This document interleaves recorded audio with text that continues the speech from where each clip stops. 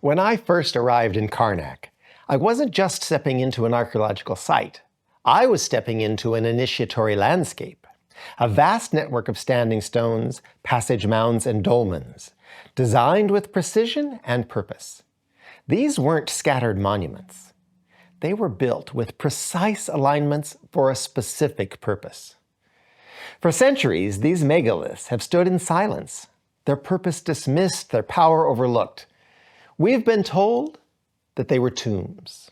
We've been told that they were calendars. But those explanations never sat right with me because I know something that isn't written in the history books. These places are still alive. And science is starting to catch up with what the ancients knew. These stones generate and amplify electromagnetic energy. They interact with the Earth's natural forces. And the people who built them understood how to use that energy, not just for survival, but for transformation. And why does this matter to us now? Because we are a species with amnesia. We've forgotten what these places were for, what they could do, and most importantly, what we could become when we used them for the purpose for which they were designed. And just when I thought I was beginning to understand these megaliths, the spirit of this place pulled me deeper. They wanted me to experience these places. I found myself standing in the remains of ancient schools, watching spirits deliver their lessons. Young initiatives learning to call the wind, work with the stones, speak with the stars. This was a training ground for wisdom keepers. Stay with me, because the further I went, the more I realized this knowledge was never meant to be lost. And maybe, just maybe, we're the ones who are meant to find it again. Carnac in Brittany has been on my site whispering bucket list for many years. Well, the issue is, I don't speak French.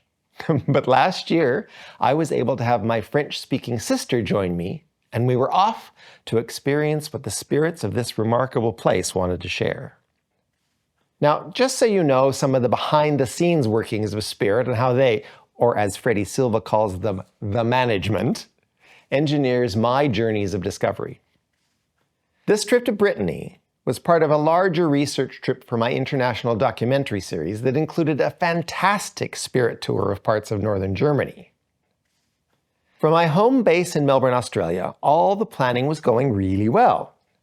Every contact and logistical arrangement for Germany fell into place effortlessly, which is pretty much the norm for my site whispering adventures. One time, when I was in Malta thanking the spirits for a day of perfect weather for our shoot, they said, "Of course, we want this to happen." But when it came to organizing things for France, nothing was falling into place, except for securing an Airbnb in Plouarnel. Phone numbers didn't connect, websites didn't work, contacts at the Carnac Tourism Center didn't respond to emails. Finally, after multiple attempts on a particular website that kept crashing, I was able to book tickets for a specific tour that we needed. But I was getting concerned that perhaps this was not meant to be. So I paused in my efforts and I had a chat with the management. I stated my case and I asked for guidance. The answer came back, "Don't worry, France is sorted." It was not sorted. Well, luckily my sister is a good adventure buddy and she was okay with this vague spirit message of assurance. We arrived at our Airbnb in Plouarnel and met our host, a lovely French woman with good, albeit rusty English. Well, she was greatly relieved to be able to converse effortlessly with my sister. She showed us to the apartment and asked, well, why were we here? Now, I have a rule about disclosure that I call the 10% rule. I tell people 10% of the details and see how they go with that, before sharing the whole spiritual truth of who I am and what I do. Well, my sister knows this and said only that we were here to explore the stones. Well, our host's eyes lit up and she explained that she was part of a research group that has been studying these stones for 40 years and that she would be happy to show us around. France was sorted. It's hard to know how to share this amazing corner of Brittany with you. There's so much here. There are over 10,000 cataloged sites. There are dolmen. Now, those are the stone chambers with the large stones as sidewalls and a large stone over the top. There are menhirs, tall standing stones. There are spectacular passage mounds. And there are the famous rows of standing stones called alignments. You might have seen images of the famous alignment at Carnac. 12 parallel rows of over 3,000 stones stretching for kilometers, with the remains of stone circles called cromlechs at either end. Now, part of my fascination with Carnac comes from the scientific research that's been done on these megaliths, which thankfully takes us away from the standard theories of tombs for the dead or simple astronomical calendars. The megaliths of Carnac appear to function as concentrators of electromagnetic energy due to their strategic placement and their composition. Research by electrical engineer Pierre Moreau reveals that these stones, particularly the quartz-rich granite used in dolmens and menhirs, generates and amplifies telluric energy. That's naturally occurring electric currents that flow over and beneath the surface of the Earth. The dolmens act as coils that release energy throughout the day, peaking at dawn, while the standing stones pulse electromagnetic charges at regular intervals. Their placement along geological fractures ensures constant vibration, activating their piezoelectric properties. Moreau's findings suggest that these structures were not randomly placed, but carefully positioned to interact with Earth's magnetic field. Supporting this, NASA's discovery of flux transfer events linking the Earth and Sun leads scientific credence to ancient traditions that used these sites as portals to higher realms. Well, very quickly, I felt comfortable to share 100% of my shaman self and my sight whispering work with our hostess. She was very excited to meet me, and she took us to remote sites and shared 100% of her extensive spiritual and scientific research. Her group has published dozens of books and research papers.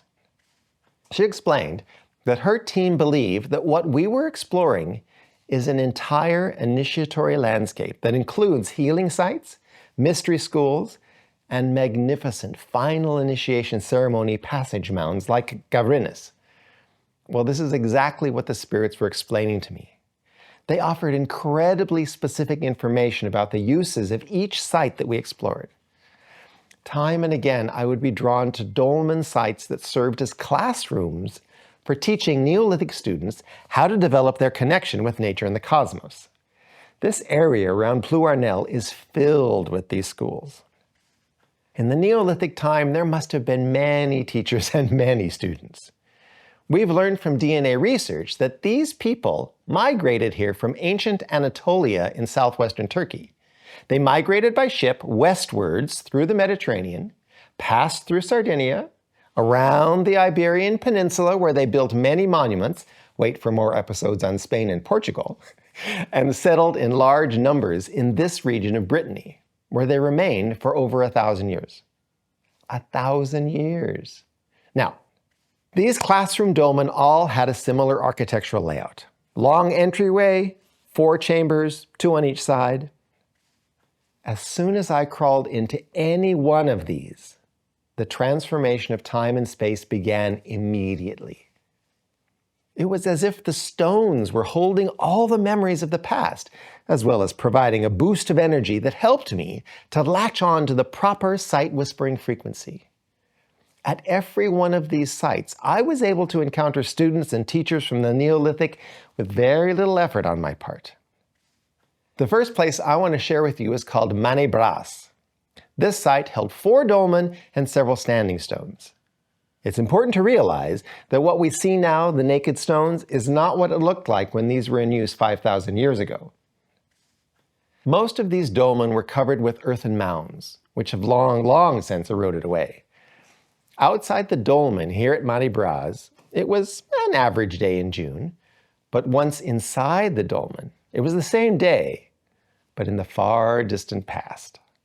As I sat inside one of the dolmen, trying to get my time travel bearings, I heard spirits arriving at an adjacent dolmen.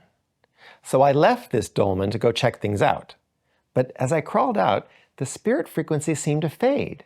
But as I got close to this other dolmen, the frequency returned. Kind of like a radio drifting away from the signal and then picking it up again. Well, here's a field recording of this sight whispering moment. A man and woman drop off their daughter here. Well, not their daughter, they're her sponsors.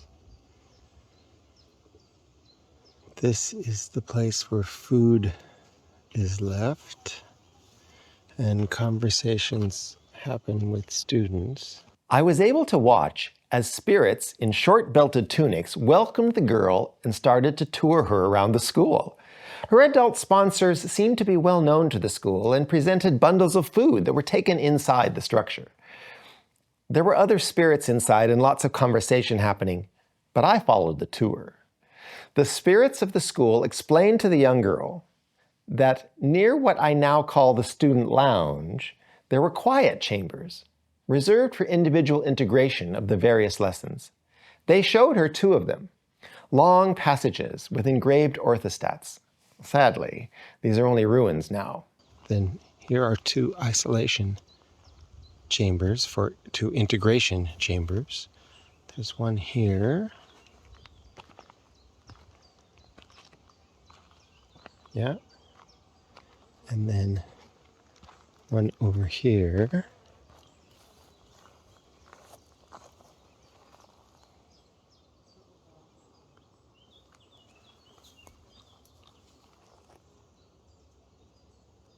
And then the teaching place is the large 4-chambered one under that tree there. There is activity inside the teaching place, so I stayed here against the stones while the girl and her guides returned to the student lounge. You know how ghosts are shown walking through walls? Well, that's exactly what I'm doing. In our time, I'm looking into each of the chambers from the outside, but in their time, I'm probably within the earthen mound. I perceive a teacher with 2 student initiates in each chamber. There is amazing energy held in these stones. I'm listening outside one chamber as the teacher questions the students about their proficiency with summoning the winds. The lesson centers around the importance of calling the wind for a particular purpose and being very specific about the temperature and strength of the wind that you need, and then listening to the news that comes with the wind. The instructions were verbal, but the experiential practice, that was telepathic. I moved around the dolmen, and the other chambers held lessons for building deep connections with earth, water, and fire. Visiting these mystery schools' classrooms continued across many days as we visited more and more megalithic sites. In the evenings, I reflected on this civilization that taught young people how to live in balance and harmony with the elements, with nature, and with each other, essential skills for their society. And I thought about our public school system and the skills that we teach our young people to be of benefit to society. One thing that struck me about these schools is that the instructors weren't just delivering information. They were helping the students experientially. And it was the power of the stone dolmen that seemed to make this type of practical learning possible. I also thought about how these Neolithic people managed to live such peaceful lives in these places for over 1,000 years. I marvel at their knowledge of stone and how to work with it. Archaeological evidence tells us that these people lived in small groups in wooden structures. Stone was apparently not used for habitation. These megalithic monuments were not easy to build, with some orthostats and capstones weighing in excess of 100 tons. So it's pretty clear that these were important structures built for an important purpose. I'm so grateful to these stones that hold the memory and the frequency of their past usage. Toward the end of my stay in Plouarnel, our hostess took us to Manicroch. The name means the sorceress's hill. Surprise? This was another dolmen school. And on this day, in the parallel Neolithic time, the students of this school were sitting their exams. I crawled into the classrooms and the frequency of the stones revealed the administering of an exam on plant proficiency happening in one of the side chambers. I watched from the corridor as a female student was presented with a medicine bundle from the teacher. As the bundle was unrolled, inside were various plant specimens. The student had to identify each plant, state its use, and also describe its personality. The exam also included a discussion about poisonous aspects of certain plants. Then the student presented her bundle to the teacher and had to explain the 4 plants that she was working with at a much higher level. The student described where they grew, what parts were used for different things, and which part contained the spirit of the plant. The student was dismissed to go and create several products from the teacher's bundle and bring them back for further examination. The young woman left, and the teacher looked directly at me and said, "I don't have a next student, so I can show you around, answer any questions you may have." Here's a field recording of these exam chambers. This was the chamber for the examination of your ability to tame and work with the stone.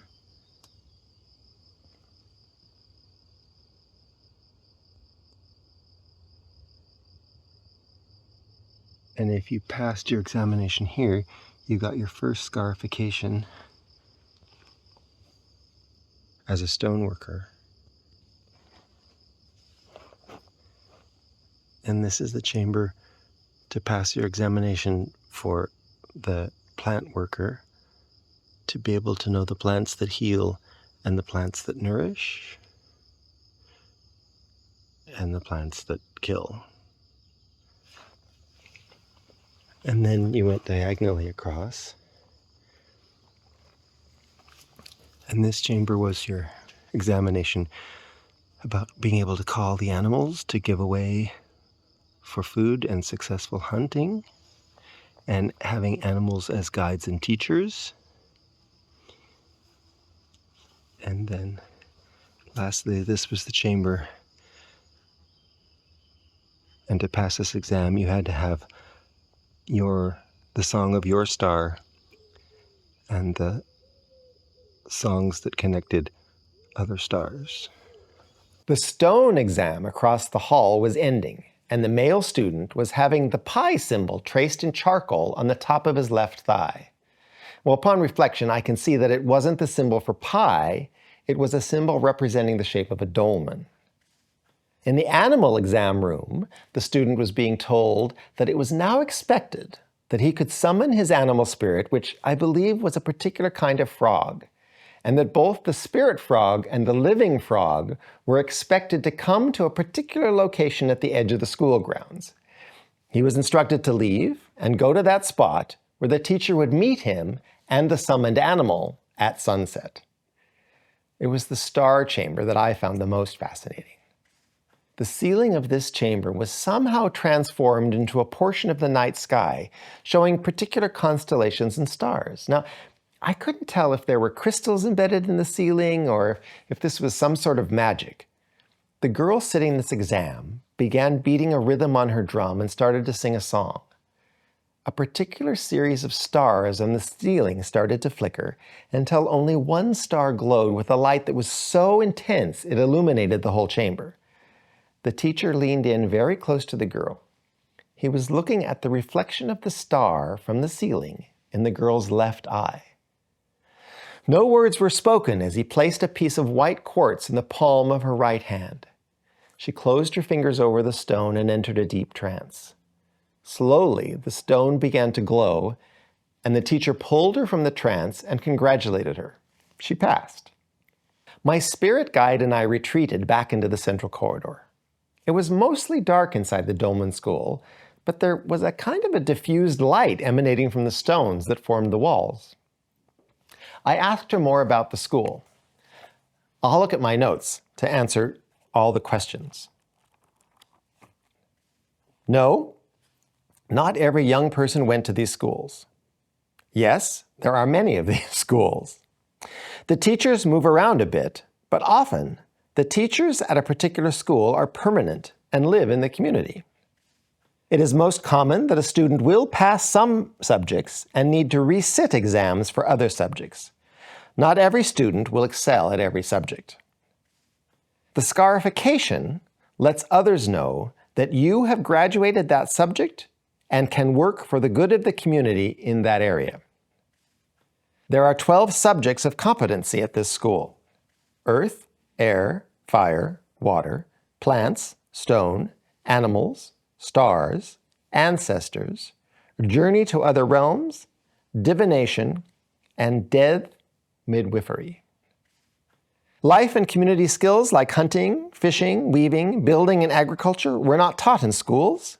They were learned experientially, based on a person's aptitude and natural abilities. Well, it was then that I made an attempt at trans-dimensional humor, and I said, "Well, when can I enroll?" She looked confused, and she answered, "Well, you've already been through this school. Isn't that why you've come back here?" It's so frustrating that we are a species with amnesia. Back in Plouarnel, there were many long discussions, mostly in French between the hostess and my sister, but I began to understand this rich landscape and the role that these megalithic structures played in the grand initiation path of becoming a wise human. I'm also certain that as far as the spirit encounter goes, it is the stones that hold the secrets, and it is their frequency, still radiating, that made my sight whispering so effortless. I don't know, maybe I'll create some further episodes of this amazing area. We could tour through one of the healing sites, like the healing path near the alignments of Kerzero. It snakes along the dozens of menhirs and other curious stones that are around. Or we could go inside some magnificent huge passage mounds, like Maria Kier, with enigmatic back walls. Or Pierre Platz, with its many carvings, and of course, the best of the best, Gavrinis, with its fully ornamented walls. Remembering that it's the stones that speak, sharing their history and their purpose. Carnac isn't just an archaeological wonder. It's a portal into a world we barely remember. A world where knowledge wasn't just studied, it was lived. Where learning meant experiencing the forces of nature, feeling them move through you, mastering them. Not for dominance, but for balance. And I wasn't just a visitor here. I was walking back into something familiar, something that I knew in my bones, called here by the stones. As I stood in the remains of these ancient schools, watching spirits learn their lessons, I felt the weight of something much bigger than history. This was a fully intact system of wisdom, a culture built not on war or wealth, but on deep bonds with the land, the elements, and the unseen forces that shape reality itself. This wasn't just a handful of people figuring things out as they went. This was organized, and it lasted for thousands of years. We are a species with amnesia. We've built societies that have forgotten the very foundations of what it means to be human in relationship with the earth and the cosmos. We've lost touch with what these people knew.